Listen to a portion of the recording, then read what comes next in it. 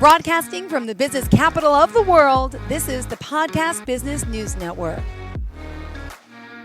And we are back today with Irwin Stromeyer again. He's the owner of Sterile Space Infection Defense, aka better known as the Germ Police. Welcome back to the show, Irwin. Thank you for having me, Jill. Good morning. How you been? I'm doing fantastic. Thank you so much. Let's get a brief overview of you and your company before we get into great conversation as usual. Well, as I've said before, we are probably the only company that does public infection control, or otherwise known as public infection prevention. We go into facilities, we do a very deep decontamination followed by a terminal disinfection to kill all the germs. And then we spray everything that we can with an antimicrobial coating, and we warranty the service to work for at least a year at seriously damaging newly deposited germs on your surfaces. Therefore, fewer germs, fewer opportunities for infection. Perfect. And you're based out of where in New Jersey? West Orange, New Jersey. And you serve the tri-state and everywhere. Well, basically, we have clients all around the country. But since the pandemic, and then, of course, there were the restrictions on flying and traveling and all that. So we've stayed a little closer to home this time in the New York, New Jersey, Pennsylvania, Connecticut, Delaware area. Got it. All right. Now for today's topic, I know we want to talk about this 2021 cold and flu season. We've talked a lot about COVID. I'm sure we'll get into that as well. But now here, this is the time. Tell me what happens in the fall. Well, most people think that cold and flu season is only in the fall, but as we know, I've addressed it on a few of my other podcasts that cold and flu season is actually year-round. The reason most people pigeonhole it into winter is because that's when more people decide to stay warm instead of cold and stay inside and congregate in larger groups. And when somebody is sick and they're congregated in a group inside a confined space, those germs are much easier to spread. And therefore people inhale them or touch them and then touch their face. And that's how they get infected. But flu season is all year round. But then again, everybody thinks it's only in the winter. Yeah, because that's when we're feeling cold. We're up in the Northeast, and that's the time to kind of start complaining. It's cold outside. Mine was like, I got a cold because it's cold, which is not true, by the way. You don't get sick from the weather. But I used to be told that as a child, wear your jacket and tell the truth. And I talked to doctors about this. You don't get sick from the change in temperature, maybe Not some at like all. allergies, but no, it's because you have to have in contact with the germ, right? Exactly. You must be directly exposed either through direct transmission, person to person. I sneeze, you breathe, or I've left my cold germs or flu germs on something like the coffee pot in the company break room, and you picked it up, poured yourself a cup of coffee, and then yawned because you didn't get enough night's sleep, and now it's on your face or in your eyes and your nose, mouth. And that's how you get sick. I remember being told as a kid, don't go out with a wet head, you'll catch a cold. I know.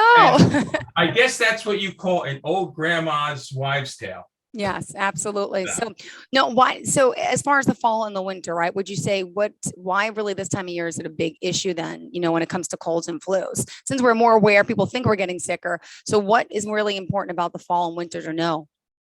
Well, you've got to prepare yourself properly to try and not catch the cold or the flu or anything else for that matter. Okay. And that if you do get sick, you have to be prepared at home for where you're going to be staying while you are sick. Those are two very important things. As far as keeping germs contained to try to stay in one room? As far as protecting yourself from catching the germs. Okay. And then if you do catch the germs and get sick and you're going to be home for a couple of days, a week, whatever, to have the necessary things you need at home to track and monitor what's going on with you and to keep you comfortable and to help you get over the cold as soon as possible. Got it. Would you mind sharing best forms of, advice? Because if you're in your room and you're full of germs and you have children, you're trying to contain it, how long does it take for those germs to die? Because your kids are going to want to come in your bedroom. What do you recommend doing after you're sick, and how many days later do you clean everything? But can we really clean it that good? Well, let's go back to how do we prevent getting it first. Okay. So like I just said, you touch surfaces, you touch your face, you get sick. So when you either go out to school for the day or you go to the mall or you go to work or wherever you go outside your home, try not to touch too many things with these. These, according to the Centers for Disease Control, are not only hands, which are good for touching everything, but they are also the germ bus, which take germs from location A and deposit them in location B. And then somebody else touches them in location B and does one of these and they get sick. So if you go to work, watch the door handles you touch, okay? Watch the elevators, don't touch them. Try and touch them with a knuckle or your keys or something else. Try not to be touching everything that everybody else touches, okay? In your own space at work, let's say, try and keep it clean with disinfectant wipes, okay? Most important, wash your hands often and stay away from sick people. If somebody's got the sniffles, if somebody's got a little cough or something, that could very well be the beginning of a full-blown flu infection, and you really don't want to be near them, okay? And if you know a few people are sick at work, okay, tell your boss or your manager or whatever, you know what? Some people are in there, they're not feeling well. I don't want to take a chance. I have whatever to work on. I'm going to work remotely from home, okay? And so that's important, to try and avoid touching everything that everybody else is touching, especially this time of the year when more people are inside, more people get sick from each other, and more people make other people sick. In fact, here's a perfect example. I was working on a project yesterday for going to speak to school bus companies, but I did one for public transportation. If you look at the public transportation routes for, let's say, trains or buses or planes, whatever it be, okay? And the pandemic's a perfect example of this. A germ gets on some form of public transportation in a host. That host is on that transport method, whether it be bus, plane, or train, and coughs or sneezes, coughs into their hand, grabs onto a strap or the top of a seat to hold on. They've deposited those freshly infectious germs there. Those germs are going to live there for a while. And what happens is every person who touches that seat corner or grabs that post or that strap is now going to have those live germs for whatever they are, flu, cold, whatever. All right. And the instant they do this, they've gotten infected. So if you look at how infections spread, they spread through transportation routes. Mm-hmm. That's one of the biggest way. So if you get on the bus to go to work in the morning, or you take the subway, or you take the train, or you take a cab, all right, even an Uber, and those guys do a lot of work at keeping their cars clean, but still try, especially in the cooler months, wear gloves. Everybody wears gloves. But remember, just because you're wearing gloves, you could still do this and get, yeah, exactly. You got it. You got it. So remember, still try to press elevator buttons with a knuckle, okay? Or an elbow. Elbow, yeah. Mm-hmm. When I go in and out of doors with push handles on them, I'm always using my elbow. When I go for breakfast sometimes in the morning to my favorite little diner, okay, with the outside door handles that are like tubular metal or the metal plates, I put my wrist, if this is the plate, I put my wrist between the glass and the door, and I pull like that. That way, I keep my fist closed. That way I know I can't be touching it and touching my face. My advice when you go to the bathroom, public restroom, I use the paper towel to hold that door when I leave. And then I throw the paper towel outside of the bathroom to help, because how germy is that door? Not everybody washes their hands. Oh, no. After the bathroom. So that's got to be one of the most germiest forms of contact, that doorknob or that handle leaving a public restroom. I was in, I'm not going to mention the chain, but I was in one of the hardware chains the other day, the big box hardware chain stores, to buy some parts to work on something for the business. And I saw an employee wearing his shirt, and he stepped out of a stall, and I was just finishing washing my hands. And we walked out the door together, and he didn't stop to sink. And I said, "Excuse me." I said, "But, it's not like you were standing up doing your business. You were sitting down doing your business.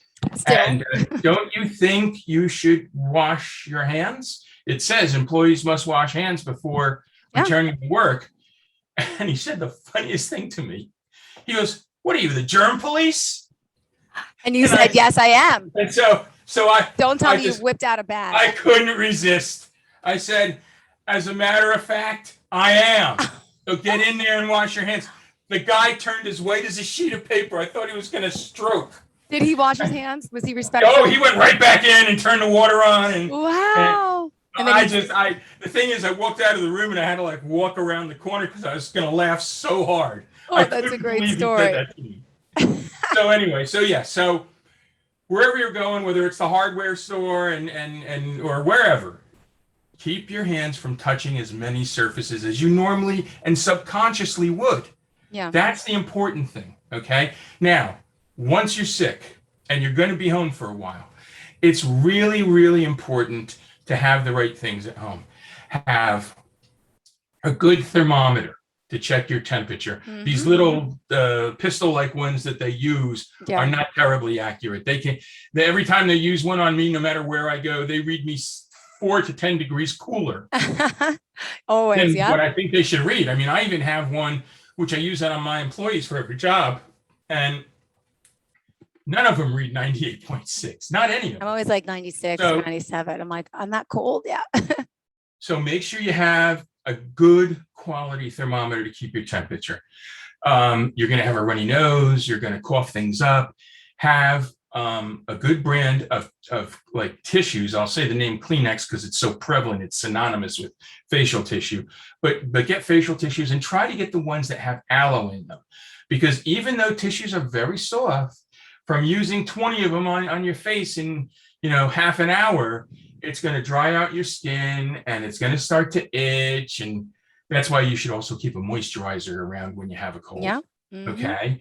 So you do that. Make sure you have whatever your favorite is of painkillers like Tylenol or Aleve or whichever brand you happen to like. Some of them are better with fever than others. Some of them are better with aches and pains than others. And it doesn't hurt to consult your doctor. Also, as a preventative measure, please go out and get the flu shot.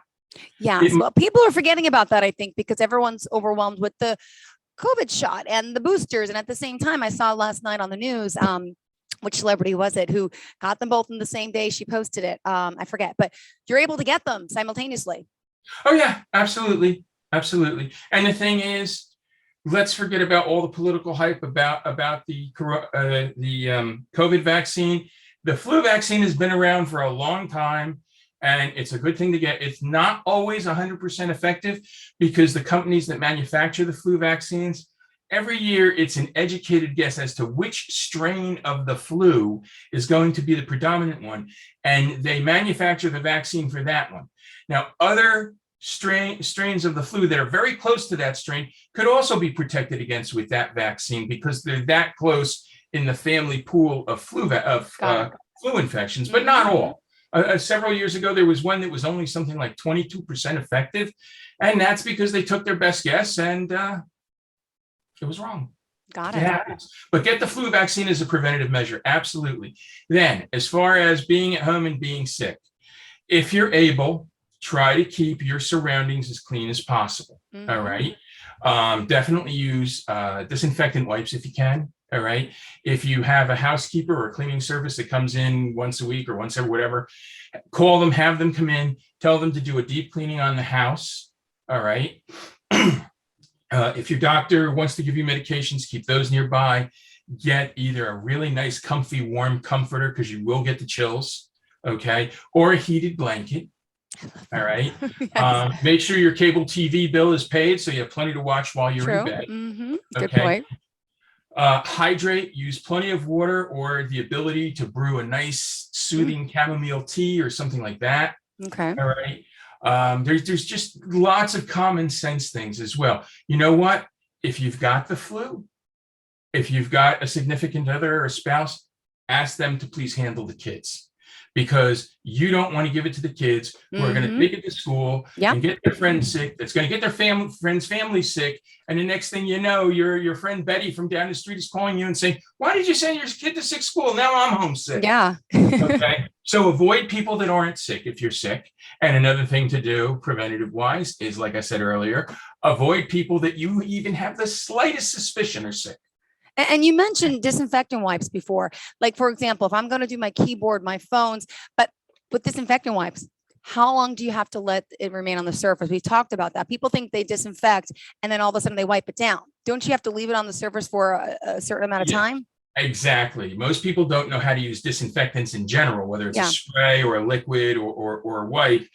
On every container, no matter what type of disinfectant it is, on every container in the second or third paragraph, there'll be a line that says, surface must remain visibly wet for X number of minutes. X number of minutes could be 2 minutes, could be 5, could be 10, whatever. It'll tell you the number of minutes right on the package. And visibly wet doesn't mean and you did a little spray and oh, you're good, you killed everything. No. Visibly wet means it looks like you sprayed the living hell out of it, so there's blood on the table. Okay, yeah. Because first of all, disinfectants have a lot of alcohol in them, all right, depending on the brands. And the thing is, alcohol evaporates very quickly. So if you just do a light misting, in many cases, before you put the can down on the table, it's done and over with. It's already evaporated. So it's not killing nearly as many as you think it did. And you're still leaving yourself open to catching infections. You got to be careful with disinfectants, though. If you have young children, you got to make sure that you're spraying and flooding those surfaces when the kids are in another room or playing in the basement or whatever. Okay. Because you know how inquisitive children are. They'll come in and they'll touch the surfaces. And if they're young enough, they'll want to see what it tastes like. And the next thing you know, that you've got projectile vomit because that stuff is so vile. Yep. Right. There was a situation with a school, I think it was in Hudson County, New Jersey. I'm not going to name a town because I don't want to stigmatize the town and then be wrong about it. Mm-hmm. But there was a school that hired an assistant for one of its classroom teachers. And on the first day of that assistant coming in, they were coming up on morning snack time. And the teacher said to the assistant, take the red tray, go in the kitchen area, put cups on it, and take a gallon of water and fill all the cups halfway. I'll get the cookies ready and we'll give them snack. Seems pretty simple. In a lot of childcare centers, mix bleach and water to create a disinfectant that they can use on their surfaces. A lot of times they mix it in a gallon jug that had water in it.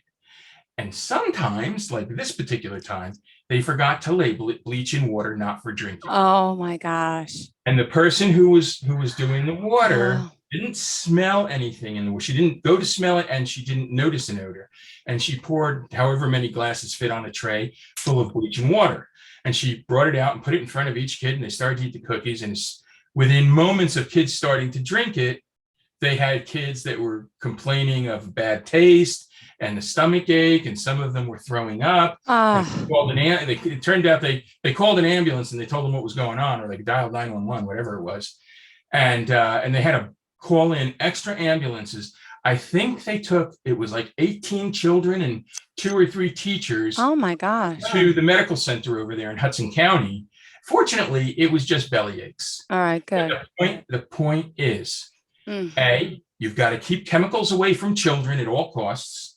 B, if you're using bleach and water, damn it, mark those containers. Mark the sprayer bottles that you're using. Mark the gallon jug that you're mixing it in every morning. And you should be mixing. I hate bleach for use in a childcare center as a disinfectant because it is so dangerous. Okay, but if you're using that, make sure you mark everything and keep it up high where, even 6-year-olds can't reach it. Okay. So that's important. Or, try and find a friendlier type of a disinfectant. There's so many out there to choose from. All right. And also now, speaking of water and hydration, how important is that to someone who is sick? Well, that's very important because hydration helps keep your system running properly. So as I said before, whether it's keeping water by your bed in a water bottle or in a cup or whatever, or keeping, have somebody keep bringing you tea or juices like cranberry juice and stuff like that, those all help hydrate. All right, so staying hydrated is very important. The other thing is staying topically hydrated. All right, it's important to put things like a good quality humidifier in the room. Okay. Because you don't want, as you're breathing and your nose is clogged and you become a mouth breather, you start drying out the mucosa in your mouth and your lungs, believe it or not. And so it's very important to stay hydrated so you stay moist inside and out. Wow. Got it. Now, what is your advice to people if they're following your suggestions and still get sick? Is there anything that you could do for them? Well, yeah. I mean, our service can help make their home what we call a healthy home zone environment, which is we would come into the home and especially for cold and flu season, we would do a full home decontamination of surfaces. That's furniture, fixtures, cabinets, countertops, bathrooms, play areas, the bedrooms, all that, and try and remove as many possible pathogens by a deep decontamination. That would be followed by using a terminal disinfectant, just like we do in a child care center, on the surfaces. And then that would be followed by the antimicrobial coating, so that if your loving little one comes in after school and wants to give you a hug, but you say no, if they do one of these and then touch your cup because they want a drink of water or something, A, get a different cup, but B, if they happen to touch the table and the table has our antimicrobial coating on it, which helps hinder the survival of microbes, okay, then that helps keep the germ load way down. So our Healthy Home Zone program is actually very efficient at having your home be biologically cleaner and healthier. As a matter of fact, I'm sure you know from the recent weather in the news, Hurricane Ida did a real job on the Northeast, especially here in New Jersey. And we've been doing a lot of basements lately where people had anywhere from 6 inches to 6 feet of water in their basement. And they would have somebody come in, or they would do it themselves, where they would cut out the sheetrock, remove any insulation, take all the damaged things, tables, chairs, whatever, toys, throw them out, okay, and try and drain the place and dry it out. We would come in, we would vacuum the entire basement, especially in between the exposed stud bays for the walls and everything. Then we would wash the entire basement with an antimicrobial or a disinfectant, detergent cleaning solution. All right. Then we would dry everything again.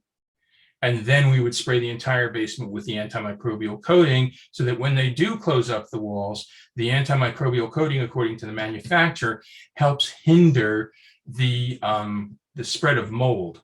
So once you close up the walls again, you know, and paint them and redo your man cave or your kids' play area, you don't want mold coming back. Yeah. So it's important to make sure that all of the biologics are taken care of. And that's especially true if, God forbid, it was a sewage backup. If you had a sewage backup in your basement, which, by the way, we don't handle, that all requires special permits and certifications.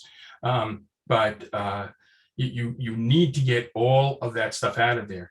You know, in certain cases, it was street sewer water that the sewer's backed up and it came up against somebody's house and went through the basement window. Okay, yes, that's got a lot of biologics in it, but it's not anything compared to sewage coming back up through the toilet and flooding your basement. We had one gentleman who called us and asked us to come out and look at it. And it was so bad, between the sewage backup and the flood water, it filled his basement, a beautiful finished basement, filled it from floor all the way up to the ceiling and into the ceiling vents with semi-solid debris without getting too gross. Okay. And so the fire department was kind enough. They were pumping out houses along his street. They pumped his house out. He carried some stuff outside. He called me. He asked me to come take a look at it. There was dried, you know what, on the ceiling, on the walls, on the floors, and everything that was still in there. And we had to refer him to another company that we know that does what is called Category 3 disaster restoration. Category 3 flooding refers to a sewage flood with raw sewage in it. Okay. And let me tell you, that is the most devastating, because you know, you could strip the basement completely, rip out the walls, the floors, the ceilings, get rid of everything, right down to the cinder block, pull up the floor tiles, whatever, and do the whole thing. And yes, you'll get it probably pretty safely clean. But whether you do it or whether a professional does it, you're always going to wonder, will you miss anything? You're right. That's why you really want a professional to do it. Okay. A professional will do a better job at getting all the contaminations out, a better job of disinfecting than a homeowner ever will, and a much more safer job of disinfecting, because I've seen people take gallons of bleach and put it in spray, like big pump sprayers, like an exterminator would use, and they're spraying down everything in the basement, this and that, and they're using straight bleach. You can't go. Some people have passed out from it because they weren't wearing protective masks. Wow. Okay? And the vapor will burn your eyes like there's no tomorrow. So if you have a sewage backup, people, please call a professional company. Don't try to do it yourself. You don't need to be around that stuff. Mm-mm. All right. Toxic. Plus, you don't have the right equipment. And the thing is, you're going to get it on your shoes. You're going to get, unless you have plenty of clothes to throw away. And I'm saying every time you come out of that basement, you strip and you either, if you are legally allowed, burn it. Okay. Or put it in a red garbage bag, which means biohazard. Some of them have the biohazard stamped right on them. Okay. Some townships do have biological disposal areas for things that have been contaminated by a raw sewage flood. So check with your towns. Got it. Great. And what else do you want to share about your company, Irwin? And of course, want to make sure we know how to contact you. Well, we are also now fully into air disinfection systems. As you said earlier, talking about COVID, the flu, and the cold are primarily airborne infections. But the thing is, we have this thing on this planet Earth called gravity. Yes. And what it means is eventually everything that goes up comes down. And with that said, if you've ever seen anybody have an explosive sneeze, one of those sneezes that starts ramping up at your toes, and by the time it gets to your face, it's kaboom. Yeah.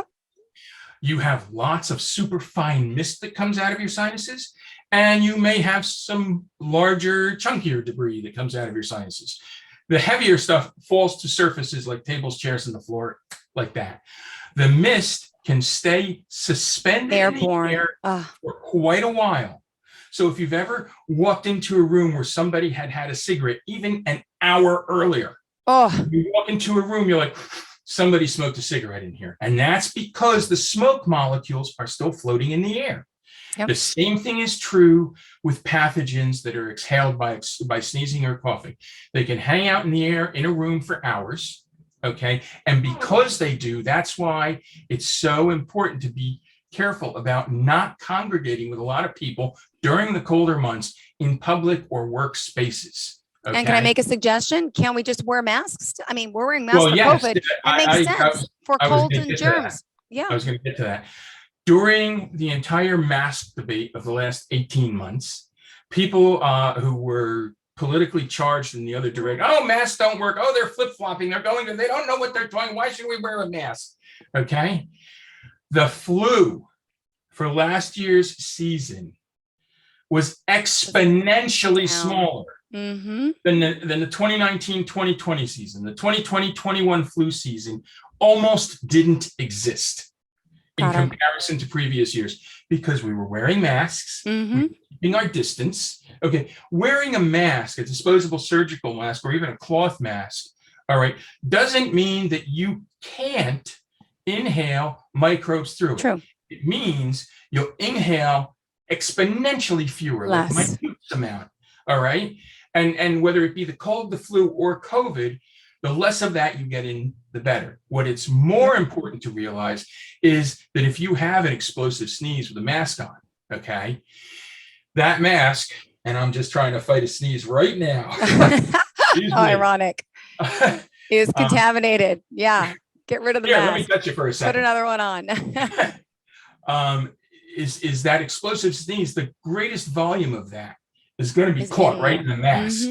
So you're not sharing that. Even though some may blow out the sides, it's minimal and it's not projected at somebody. Yep. So and grab a new one. That absolutely work. Great. Now, and Irwin, how can we contact you? And would you mind sharing your website and phone number? The website is www.sterilespace.com. And the phone number is 973-714-8288. We are available 24 hours a day, but we like to kind of keep it between 6 a.m. and 10 p.m. if possible.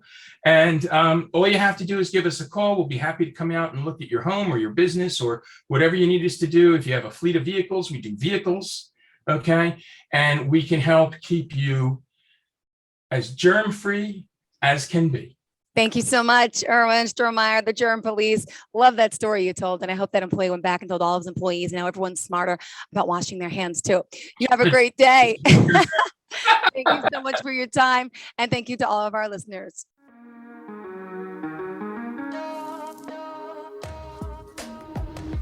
Broadcasting from the business capital of the world, this is the Podcast Business News Network.